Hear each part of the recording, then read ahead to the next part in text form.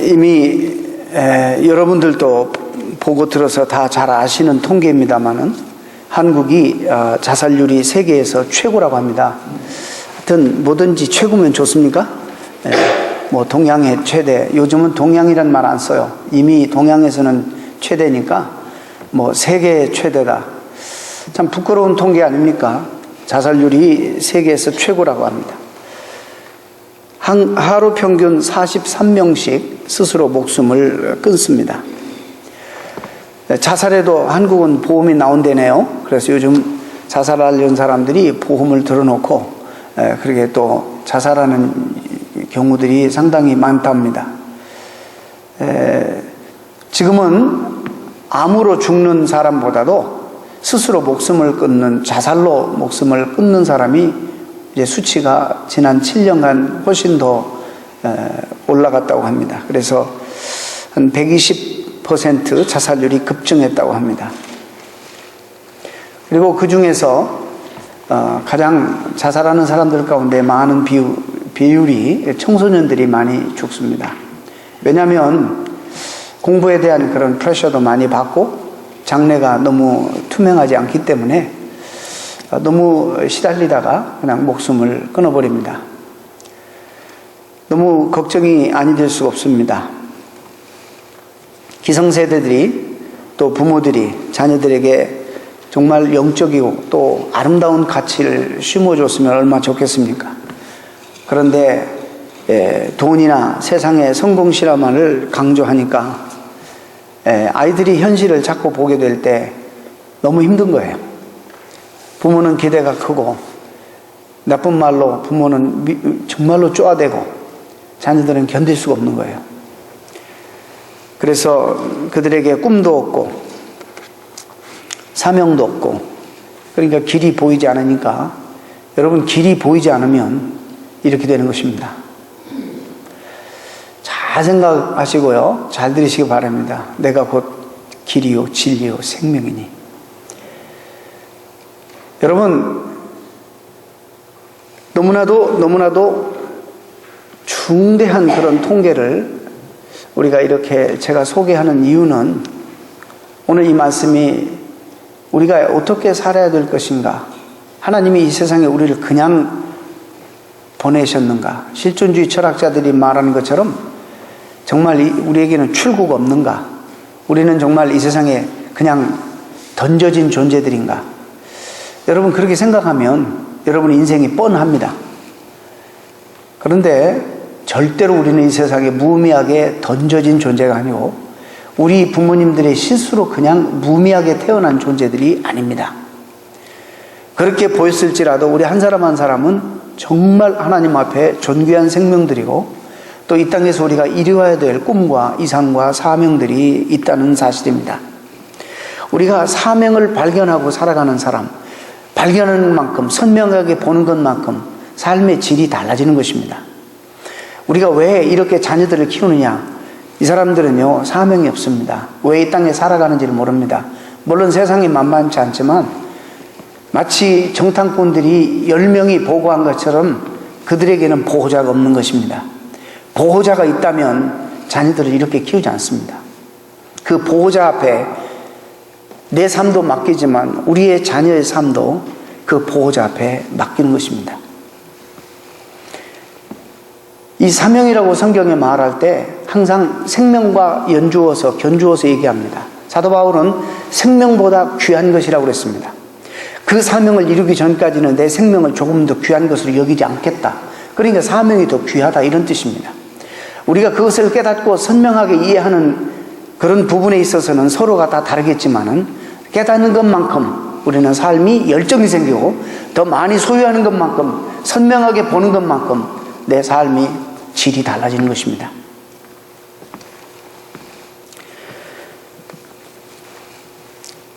저도 짧은 인생을 지금 살았습니다만은 확신한 게 있습니다. 성경적인 그런 말씀도 약속도 확실하지만 내 생애를 통해서 저도 몇 번 죽다 살아난 죽음을 정말 삶과 죽음의 기로에 선 적이 몇 번 있습니다. 여러분, 이게 3층에서, 그러니까 4층이죠. 3층 옥상에서 떨어졌습니다. 사실 그렇게 많이 요즘 보니까 다 죽더라고요. 저는 여기 살았습니다. 제가 4층에서 떨어졌는데 살려면 살더라고요. 여기만 찢어지고 살았습니다. 전단가스 먹고 정말 꼼짝 못하고 저기가 문인데 문만 차고 나가면 사는데 60년대입니다. 손 하나 까딱할 수 없는 그런 상황 속에서, 그런데 그 멀리 떨어진 그 외딴 집에서, 새로 지은 집에서 공부하다가 거기서 잠이 들었는데, 그 시간에 새벽에 오지 않아야 될 저희 아버님이 오셔서 이상하게 저를 구해 주셨습니다. 저는 가스 먹은 줄 알았어요. 기어 나가야 되는데 손 하나 까딱할 수 없었습니다. 이젠 죽었구나 생각하고 의식을 잃었는데, 그 새벽에 오실 이유가 없는 분이 오셔서 저를 살려주셨습니다. 12시간 이상 교통사고로 의식을 잃고 깨어나지 못하는 하나님이 살려주셨습니다. 육신적인 여러분 말하는 메이저 수술, 여러분 저는 신장 이식 수술에서 또 살아났습니다. 저는 제가 이 몇 가지 제 짧은 인생을 통해서 확신하는 게 뭐냐면, 임상적으로도 사명 끝나지 않으면 절대 안 죽습니다. 절대 죽지 않습니다. 죽을 수도 없습니다. 여러분, 이런 생각을 가지고 살면요, 정말 죽음이 두려워하지 않냐고 극복하고 살아갑니다. 궁금하실 거예요. 저도 굉장히 궁금했어요. 제가 이제 메이저 수술을 하고 8시간, 7시간 수술을 하는 수술대에 들어가는데, 제가 불안했게요, 안 불안했게요? 불안했게요, 안 불안했게요? 조금 불안했어요. 조금 불안했어요. 그런데 제가 너무 놀랐어요. 믿음의 힘이라는 건 이런 거구나. 내가 정말 보호자가 있다는 것이 이런 축복이구나. 조금 인간이기 때문에 불안했어요. 그러나 죽어도 하나님 앞에 가고 살려주시면 할 일이 있기 때문에 살려주실 것이다, 이렇게 생각하고 맡기는 거예요. 얼마나 평안한 가운데 저희 아내 둘이 프리압, 이 사람은 꺼내줘야 되고 저는 그걸 빼가야 되는 상황이니까 얼마나 기가 막힙니까, 그 상황 속에서. 아무튼 제가 말씀드리고자 원하는 이 골자는 뭐냐면, 여러분, 약을 아무리 드시고, 물론 우리가 하나님 주신 지혜로 건강관리 해야 됩니다. 운동도 해야 되고, 정말 섭생도 해야 되고, 정말 잘 해야 되지만, 그렇다고 천년만년 사는 거 아닙니다. 물론 하나님 주신 지혜로 운동도 하고 좋은 것 드시고 술 담배 끊고 좋은 음식 섭취하고, 물론 그래야 됩니다. 그런다고 여러분 건강 보장되는 거 아니에요. 하나님이 우리의 수를 정하셨어요. 그것은 우리가 할 수 있는 거 아니에요. 우리가 할 수 있는 일, 우리가 선택하는 것은 사소한 것들이에요. 그러나 이미 중대한 것들은 다 하나님의 손에 있어요. 내가 언제 태어나, 언제 죽고, 누구 만나고, 어디로 가고, 어디 살고, 직장 어디, 다 하나님이 하시는 거예요. 우리가 할 수 있는 건 뭔지 알아요? 주단학 화장품 쓸 것인가, 아모레 쓸 것인가, 이것 결정하는 거예요. 김치찌개 먹을 것인가, 육개장 먹을 것인가, 이거 결정하는 거예요. 그러나 대부분의 중대한 결정은 하나님의 손에 있습니다. 믿습니까? 그 하나님이 우리의 수를 정하셨어요.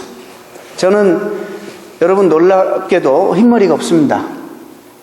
너 아침에 샤워하고 단장을 하는데 흰머리가 몇 개 나왔어요. 그래서 저는 조금 내 나이에는 좀 나와야 되지 않겠는가 이렇게 생각해서, 충격은 아닙니다. 그런데 이걸 보면서 하나님 말씀이 떠올랐어요. 네가 염려한다고 걷는 머리 희게 할 수 있느냐? 네가 염려한다고 네 키를 한 자나 키울 수 있느냐? 네 생명을 1시간으로 연장할 수 있느냐? 없다는 거예요. 여러분, 다 하나님이 하시는 일입니다. 그래서 우리는 내가 하루라도 더 살려고 목숨을 위해서 무엇을 먹을까, 마실까, 입을까, 이렇게 살기 때문에 우리는 평생 근심, 걱정, 염려에 우리는 헤어나지 못하는 거예요. 오늘 이 말씀을 여러분 잘 들으시고, 사도 바울이 어떻게 이런 것들을 극복하고 살았는가, 우리가 어떻게 이런 것들을 극복하고 하루를 살아도 행복하게 좀 살아갈 수 있는가를 우리가 성경을 통해서 좀 들으시기를 바랍니다. 제가 이거 들은 얘기예요. 며칠 전에 어떤 분이 어떤 일로 인해서 살기가 더욱 힘들고 삶의 무게가 너무 무거워서 이 사람이 죽었어요. 죽기를 작정하고 아파트 옥상에 올라가서, 여러분 길이 안 보이면 어떻게 돼요? 길이 안 보이니까 죽는 거예요. 여러분 길을 봐야 돼요. 하나님 인도하시는 거 봐야 돼요. 그래서 죽었는데 떨어져서 직사하죠. 죽습니다. 그런데 그 아파트에 또 놀러온 자매가 하나 있었어요. 늘 시간 있으면 서로 자매인가 언니인지 동생인지 모르지만 왔다 갔다 하고, 언니 좀 와, 동생 와, 뭐 좀 해놨어, 같이 먹고 교제하고 놀고 그러다가, 언니 이게 좀 쓰레기 좀 비워줄래? 그래 쓰레기를 들고 밖으로 나왔는데 이런 일도 다 있습니다. 밖에로 나온 떨어지는 그 사람은 자기가 죽으려고 떨어졌으니까 그건 그런데, 쓰레기 버리러 나오는 여자 위에 정통으로 떨어져가지고 둘이 다 직사했어요. 이거 누가 하는 일입니까?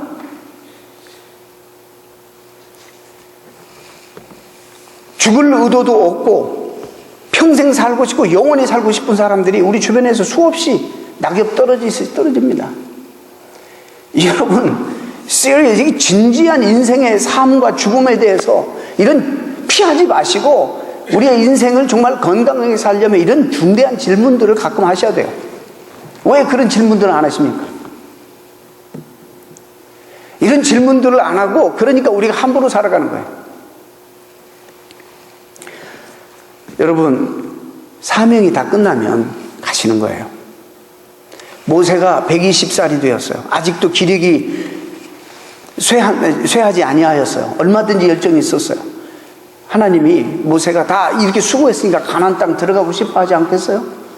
이만하면 족하다. 모세를 느보산에 불러서 그를 하나님이 그 생명을 거두하셨어요. 왜? 사명 끝났어요. 여기까지다. 요단강 전까지다. 네 사명.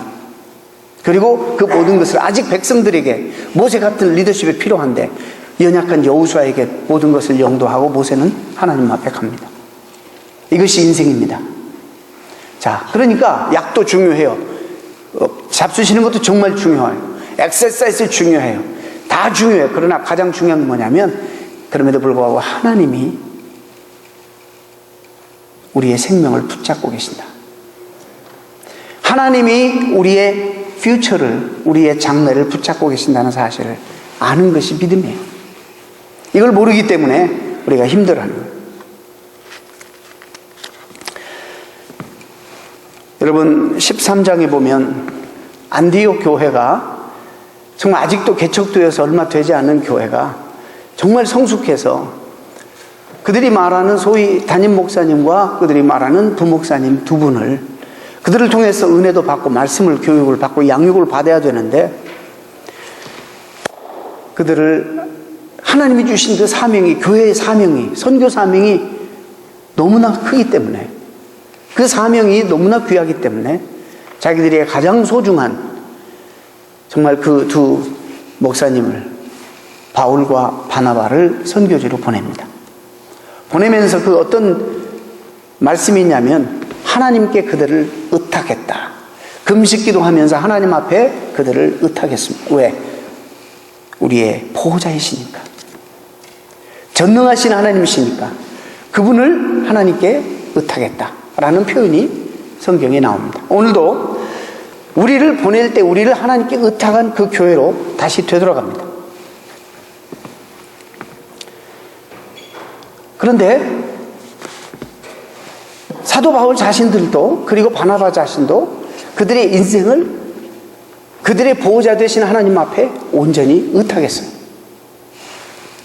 자, 그리고 난 다음에 이제 선교여행을 다 마치고 돌아왔습니다. 그리고 난 다음에 이제 그 성도들을 다시 모으고 난 다음에 하나님께서 그들을 통해서 하신 일들, 여기 뭐라고 하냐면 the all that God has done through them, 이렇게 표현되어 있어요. 그들을 통해서 하신 모든 일, 하나님이 하신 일들을, 그들이 한 일이 아니라고 그랬어요. 하나님이 하신 일들을 이제 보고하는 거예요. 보고 집회를 하는 거예요. 성도들을 다 모아놓고.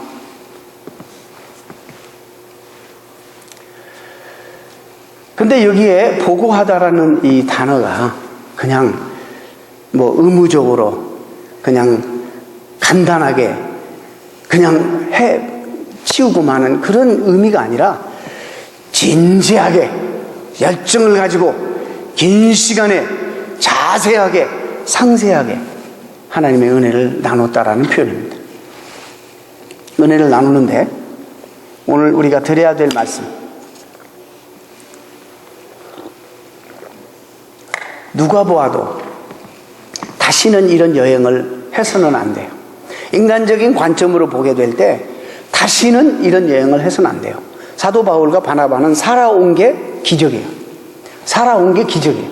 얼마나 많은 환난과 고난과 역경을 겪고 실제적으로 돌의 위협뿐만 아니라 돌에 맞아서 죽었다가, 그래서 그 시체를 끌고 성 밖으로 내어 던지고 그 다음에 다시 살아나는, 그러니까 거의 죽었다가 구사일생으로 살아 들어왔어요.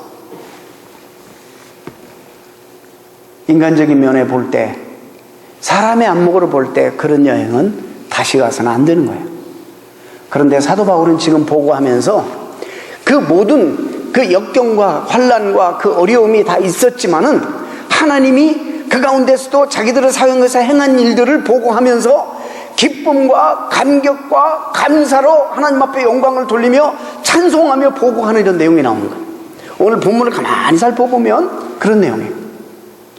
여러분, 신앙생활이라는 게 뭐냐? 믿음이라는 게 뭐냐? 오늘도 믿음의 정의 하나를 말한다면, 믿음을 가진 자와 안 가진 자가 어떻게 다른가?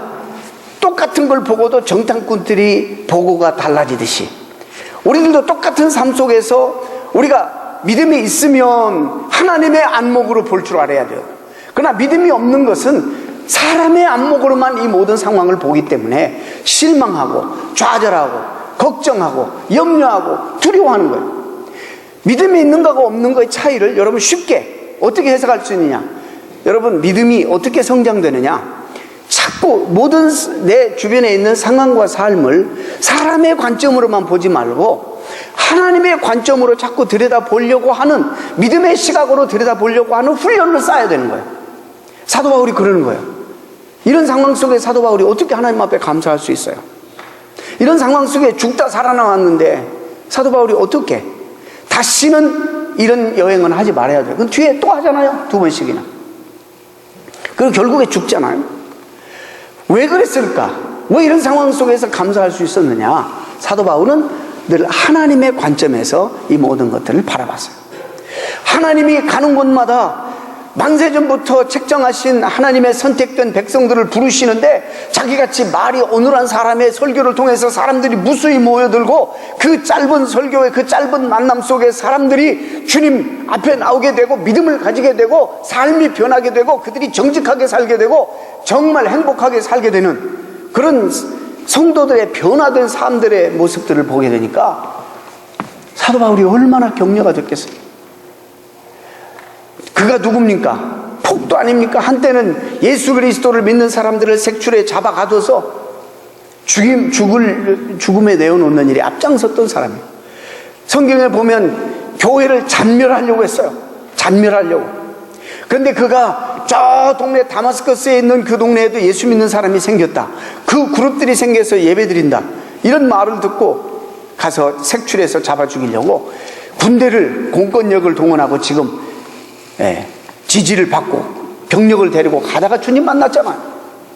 그런 나에게, 하나님 앞에 아무짝에도 쓸모없는 나에게, 죄인 중에 괴수인 나에게, 그렇게 주님을 위해서 핍박하고 반대했던 나에게 하나님이 은혜를 주시고 나를 그 복음 전선의 앞장에 세우시고 정말 그 만세전부터 택하신 하나님의 백성들을, 이방인들을 부르시는 그 아름다운 일에 도구로 하나님이 사용하고 계신다는 사실을 생각하니 이것이 얼마나 감격하고 얼마나 고마운지.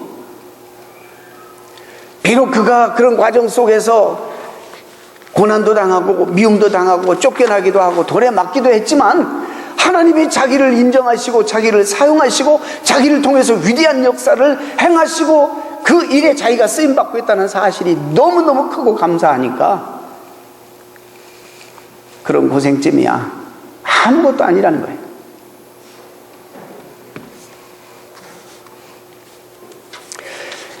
여러분, 우리가 정말 이게 신앙생활이에요. 이것이 믿음의 시각으로 모든 것을 바라보는 거예요. 여러분, 우리가 어떤 일들을 경험하고 내가 원치 않는 일들, 계획들이 수포로 돌아가고 원치 않는 일들이 생기면 우리 그걸 바라보고 많이 힘들어 하잖아요. 정말 그래서 절망하고 힘들어하고 불평하고 못 살겠다 그러고. 믿음이 있다면 우리가 그냥 보는 게 아니에요. 믿음 있는 사람은 항상 하나님의 시각으로, 하나님의 관점으로 바라볼 줄 알아야 되고, 믿음의 시각으로 이것들을 재해석할 줄 아는 능력들이 있는 거예요. 이미 우리 안에 계신 주님이 때문에 우리가 그렇게 해야 되는 거예요. 이런 훈련을 우리가 평생 쌓는 거예요. 하나님의 시각으로 바라보는 거예요.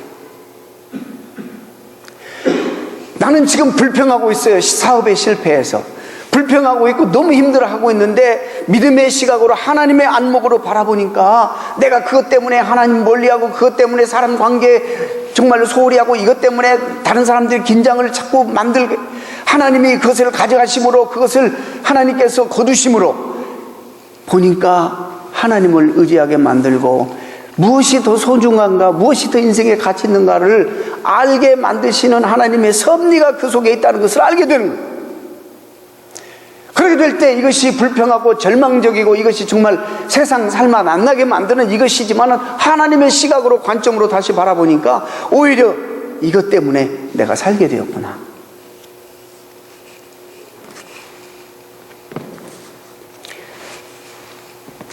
고백만 하지 말고 정말 이걸 믿어야 돼요. 하나님을 사랑하는 사람, 그 뜻대로 부르심을 입은 자들에게는 모든 것이 합력하여 선을 이루게 하신다. 믿습니까? 이거는 성경의 약속이에요.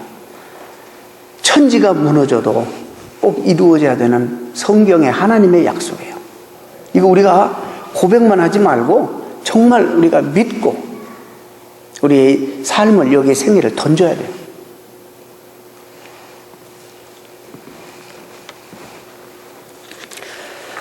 인간적으로 보면은 다시는 되풀이하고 싶지 않은 그런 여행이지만은, 하나님의 관점에서 볼 때 그 어려움이 오히려 하나님의 사랑의 섭리를, 구원의 섭리를 이루어가는 과정이었다. 하나님의 시각으로 보니까 그 어려움을 통해서 비록 거기서는 쫓겨났지만 더 많은 곳에 가서 더 효과적으로 정말 철저하게 하나님이 인도하신 섭리 가운데 정말로 성경에 나와 있는 표현대로 신묘막측하게 하나님이 그들을 사용해서 하나님의 역사를 이루셨다. 이것을 알게 될 때 얼마나 뒤를 돌아다 보니까 이건 뭐든지 전적으로 하나님의 은혜였다. 이러면서 성도들을 권면하고 그들에게 도전합니다. 여러분, 모든 일이 바울이 알았어요. 자신의 노력이나 자신의 의지로 절대 되어질 수 없는 일이고 불가능한 일이었다는 것을 그는 알았어요. 그 모든 일들은 보잘것없는 자신을 통로로 삼아 하나님 자신이 친히 행하신 열매요 결과였다고 말하고 있습니다. 바울은 이 선교를 하나님의 관점으로 바라보고 자신의 손길을 통해서 하나님께서 역사하셨던 그 많은 일들을 뒤돌아볼 수 있었고, 보고하면서 뒤돌아보면서 다시 한번 하나님의 그 철저한 섭리를 그가 선명하게 뚜렷하게 볼 수 있게 되어서 하나님 앞에 감사를 드렸다는 것입니다. 우리가 어린아이들이 자녀들을 낳아서 키워보면 정말 어떤 때는 막 요구하는 거 다 들어줘서는 안 되잖아요. 소꿉장난하다가 이게 뭐 플라스틱 칼이 이게 신통찮아요. 보니까 엄마가 아주 날카로운 칼로 탁탁탁탁탁 하는데 저걸로 사용하면 참 좋겠어요. 그래서 아이들이 엄마 그거 주세요. 내가 그걸로 소꿉장난하게 이렇게 자꾸 요구해요. 자, 그럴 때 이 아이의 관점은 자기가 잘 할 수 있을 것 같고 자기가 그 칼을 잘 매니지할 수 있을 것 같고 이런데 엄마의 관점에서는 절대 아니거든요. 주겠어요? 미치지 않고서는, 수두빛하지 않고서는 엄마가 그 칼을 애에게 줄 수가 없어요. 이런 것입니다. 우리의 관점에서는 그렇지만 하나님의 관점에서는 아직은 아니다. 아직은 아니다. 우리가 이것을 알아야 돼요. 우리가 신앙생활을 항상 우리의 관점으로 바라보고 믿음이 있노라 하면서도 늘 크고 작은 일에 실망하고 좌절하고 뭐가 내 계획대로 되지 않으면 하나님 의심도 하고 말이죠. 믿음 생활하면서 우리가 그런단 말이지. 그것이 우리의 현실이에요. 이것을 우리가 지금까지 지나온 삶을 돌아볼 때 정말 하나님의 은혜였습니다. 여러분 다 그렇게 고백해요. 정말 순간순간이 하나님의 은혜였습니다. 근데요, 그렇게만 인정하지 말고 지금도 하나님의 은혜로 우리가 산다는 사실을 믿으시기 바랍니다. 지금도 또 앞으로도 그 은혜로 우리가 살아요. 왜 과거에만 그걸 볼 줄 알면서 지금과 장래에는 적용을 못하는지 모르겠어요. 지금도 그분의 은혜로 삽니다. 현재 삶 속에서도 얼마든지 경험하고 경험할 수 있는 은혜입니다. 자신에게 주어진 상황이 아무리 보잘것없고 절망스럽게 보여도 우리를 하나님 앞에 우리가 이미 의탁했다면, 그분을 우리의 보호자로 온전히 의탁했다면 그분은 우리를 책임지실 의무가 있는 거예요. 그분이 우리를 책임지실 책임이 그분에게 있는 거예요. 이분이 의탁했다면. 어린아이가 3살, 4살밖에 안 되는데 조금 머리가 영리해서 눈이 떴어. 이 어린아이가 엄마 아빠가 충분히 얘를 평생 먹여 살릴 수도 있는데, 이 어린아이가 3살짜리가 털 와가지고 그러는 거예요. 무엇을 먹을까? 무엇을 입을까? 무엇을 마실까? 늘 걱정하고 염려하고 사는 거예요. 그 엔조이하고 그 안에 부모 밑에서 그 가정에서 누릴 수 있는 모든 것을 즐기고 누리면 되는 건데, 우리처럼 무엇을 먹을까? 무엇을 입을까? 무엇을 마실까가 전부야. 그 이상도 그 이하도 아니야.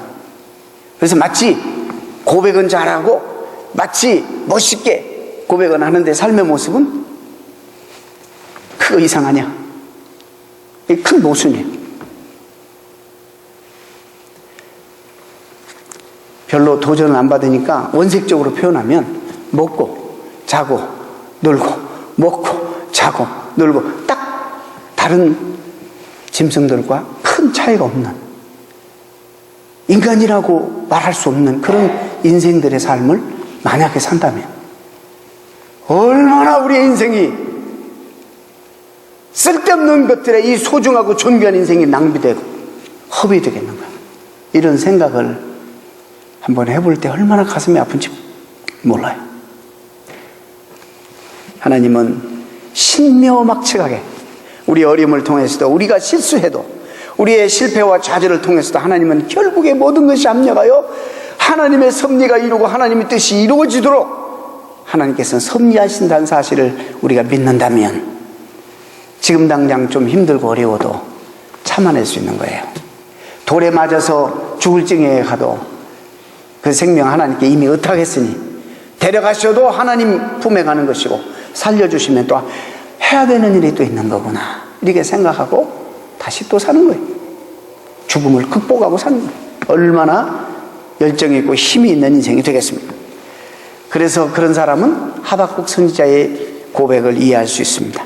비록 무화과 나무에 무화과가 없고 포도나무에 포도가 없고 올리브나무에 거둘 것이 없고 밭에 거둘 곡식이 없고 우리의 양이 없고 외양간에 소가 없을지라도 나는 여호와로 인하여 기뻐하겠습니다.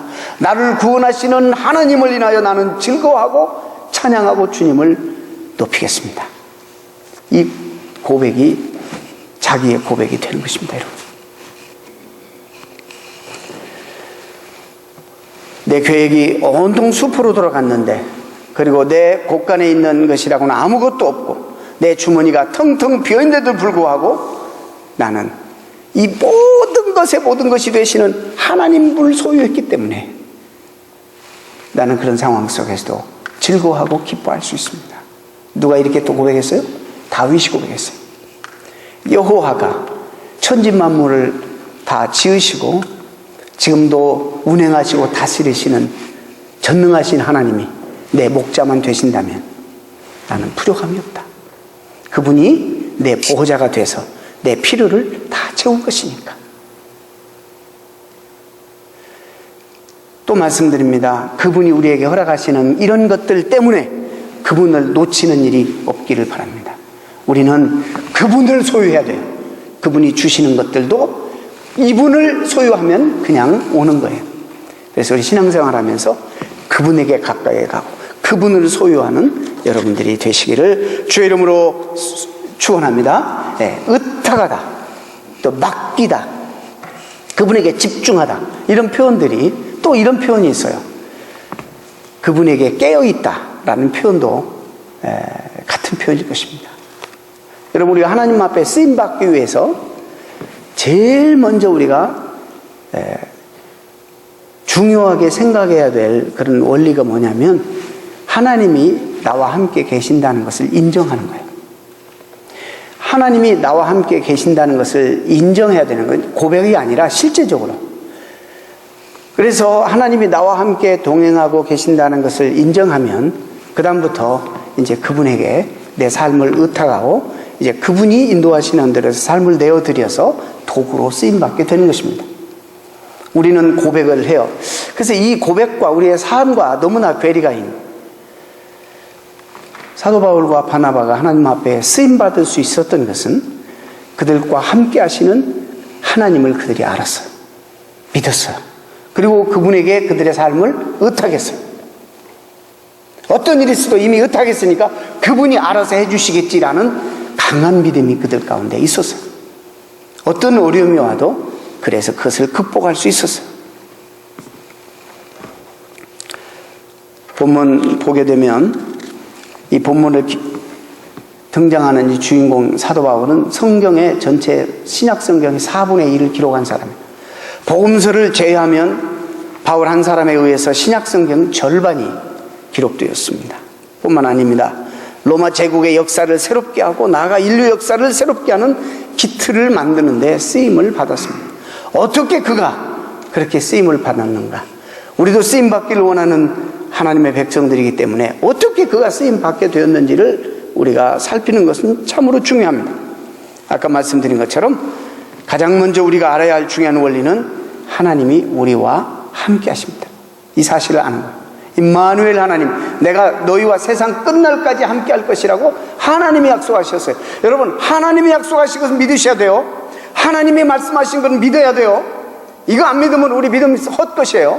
하나님이 약속하신 것은 믿어야 돼요. 그분이 말씀하시기를 세상 끝날까지 내가 너희와 함께 하리라. 왜 그러실까? 왜 나와 함께 하실까요? 근데 우리는 너무나 이 사실을 고백은 하는데 하나님 나와 함께 하지 않는 것처럼 행동해요. 내가 다 해버려요. 내가 다. 그분은 뭐 하시는지 몰라. 뭐 하시는지 몰라. 여기 와서 예배드리고 찬양하고 그때 조금 생각이 나고 나가면 그분은 나와 함께 하시는데 아무 일도 하시지 않아. 내가 다 해버리니까. 언제 우리는 우리의 삶을 그분에게 의탁할까? 그리고 난 다음에 이제 쓰임받기가 시작되는 거예요. 하나님 앞에. 이것이 너무나 추상적으로 여러분에게 들릴 수가 있을지 몰라서 제가 여러분에게 쉽게 풀어서 조금 설명을 하려고 합니다.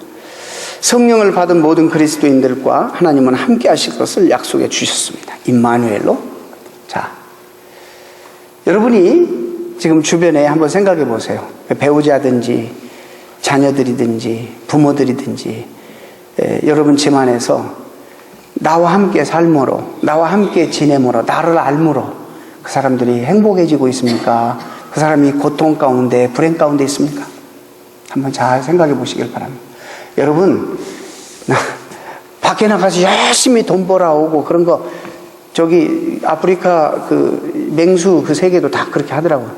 암사자가 나가서 사냥하는데 목숨을 걸고 자기 새끼들을 살리기 위해서 사냥하더라고요. 이건 다 본능이에요, 본능. 우리 그러잖아요. 다 나가서 눈치 보고 말이지 힘들어하면서 살리려고 벌어다 이렇게 바치는데 말이지 우리의 시정을 모른다고. 물론 그렇죠. 잘 해드려야죠. 그러나 만약에 내가 있음으로 나와 함께하는 사람이 고통을 받고 불행하다면 우리가 생각해 봐야 돼요. 나는 그것을 대입하고 싶어. 쉽게. 하나님 앞에 깨어있는 사람은, 하나님 앞에 내 삶을 의탁하고 이 시대에 하나님이 원하시는 삶을 살기로 작정한 사람은 그렇게 살아서는 안 되잖아요. 내가 있으므로 나와 함께 사는 사람이 나를 만남으로 복이 되고, 내 인생에 스쳐 지나가는 많은 사람들이 나를 만남으로 복이 되고 행복해진다면 이 사람이야말로 바로 하나님의 사람입니다. 우리가 사도 바울처럼 저 걸어서 그렇게 목숨을 내걸고 선교여행을 하지 못한다 할지라도 우리의 삶 속에서 나를 만나는 모든 사람, 나를 스쳐 지나가는 모든 사람들에게 여러분 행복이 되고 복이 되고 축복이 되시기를 바랍니다. 이것이 쉽게 우리가 시작할 수 있는 하나님과 함께하는 사람의 정말 믿음의 시각으로 이 세상을 바라보고 주님과 함께하는 사람의 삶의 비밀입니다. 말씀을 맺습니다. 어떻게 사도 바울은 그런 목숨을 내어거는 그런 여행 가운데서도 감사가 넘쳤고 돌아와서 보고하는 것이 자기가 그런 가운데서도 정말 얼마나 참을성이 있고 의지가 강해서 잘 살아남고 이렇게 왔다 말하지 아니하고 자기 같은 사람을 사용해서 하나님이 얼마나 위대한 일을 이루셨는지를 설명하면서 하나님 백성들과 함께 초청하는 거예요.